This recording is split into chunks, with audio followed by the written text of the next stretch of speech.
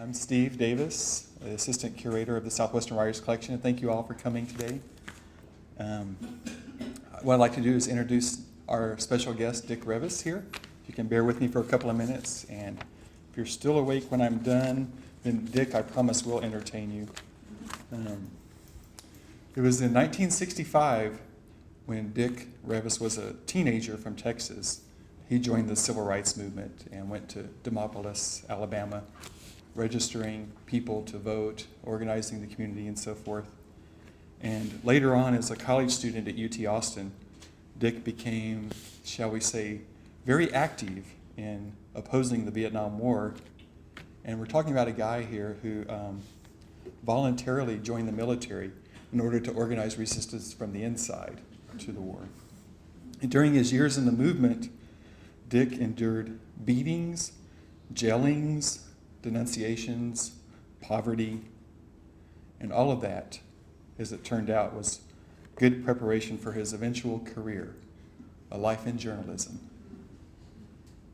Dick took up reporting in the 1970s, and the movement's loss was journalism's gain.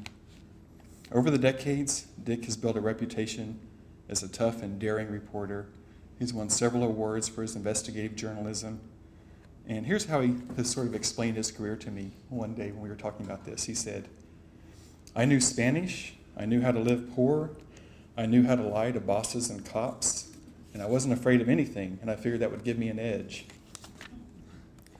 Dick's stories over the years illuminate worlds that few mainstream journalists ever come to know. We're not talking about a guy who does celebrity profiles and things like that. Dick really goes behind the scenes and does these really in-depth stories of people who are immersed in what become the front lines of major social issues.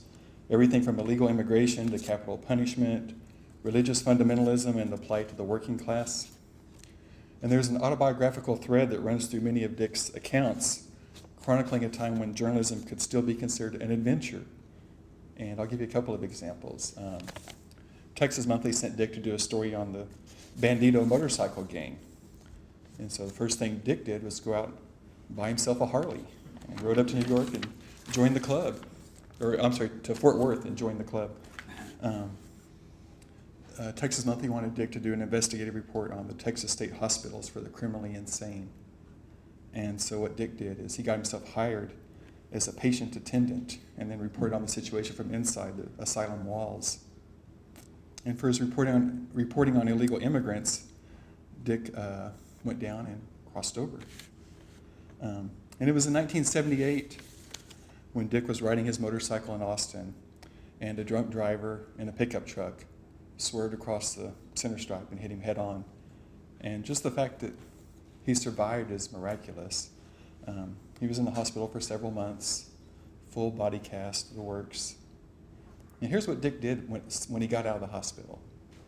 He went and he tracked down the drunk driver who hit him and began interviewing him to get his side of the account and put those two together in an amazing story called The Crack Up.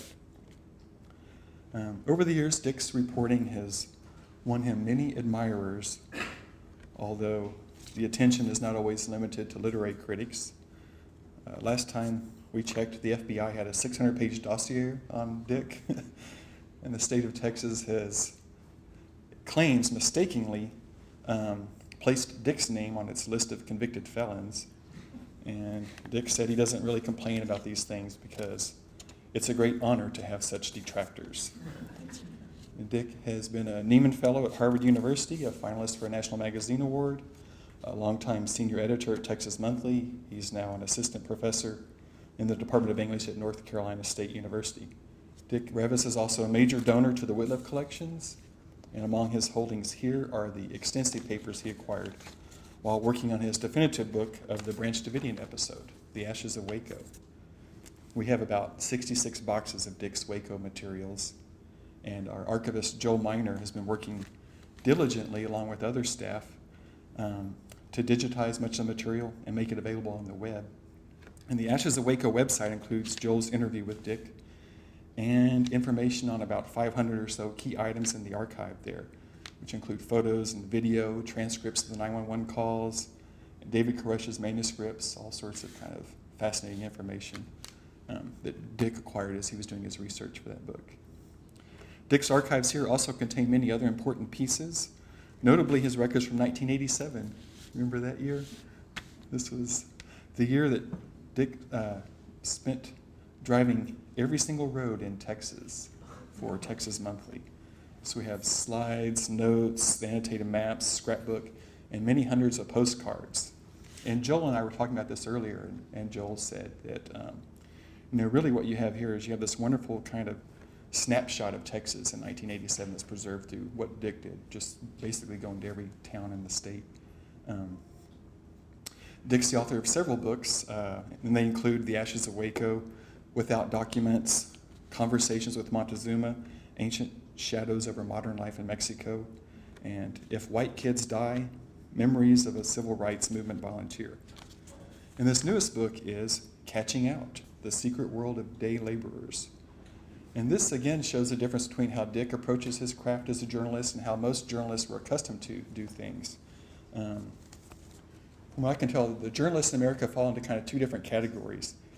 And one is the journalist who covers politics or sports or civic affairs. And these are people who hang out, in that crowd and gain really great insight into the inner workings of the legislature or the basketball team or city government or whatever. So all this inside knowledge, but these people also are very concerned with protecting their sources and perhaps not embarrassing people who become their friends. And so as readers, when you read the reporting, you really don't get a sense of what life is like on the inside of those worlds or what's really going on at these levels. So you get people basically perpetuating the views of the officialdom in these cases. And then there's the kind of journalist who sort of gets parachuted into these unfamiliar situations. And these could be anything from the disaster in Haiti to, say, a meth lab explosion out in Wimberley. In these cases, the reporter comes in with the officials, finds people to interview, and then chooses which quotes best support the official version of what happened. And that's not how Dick works. He works from the inside out.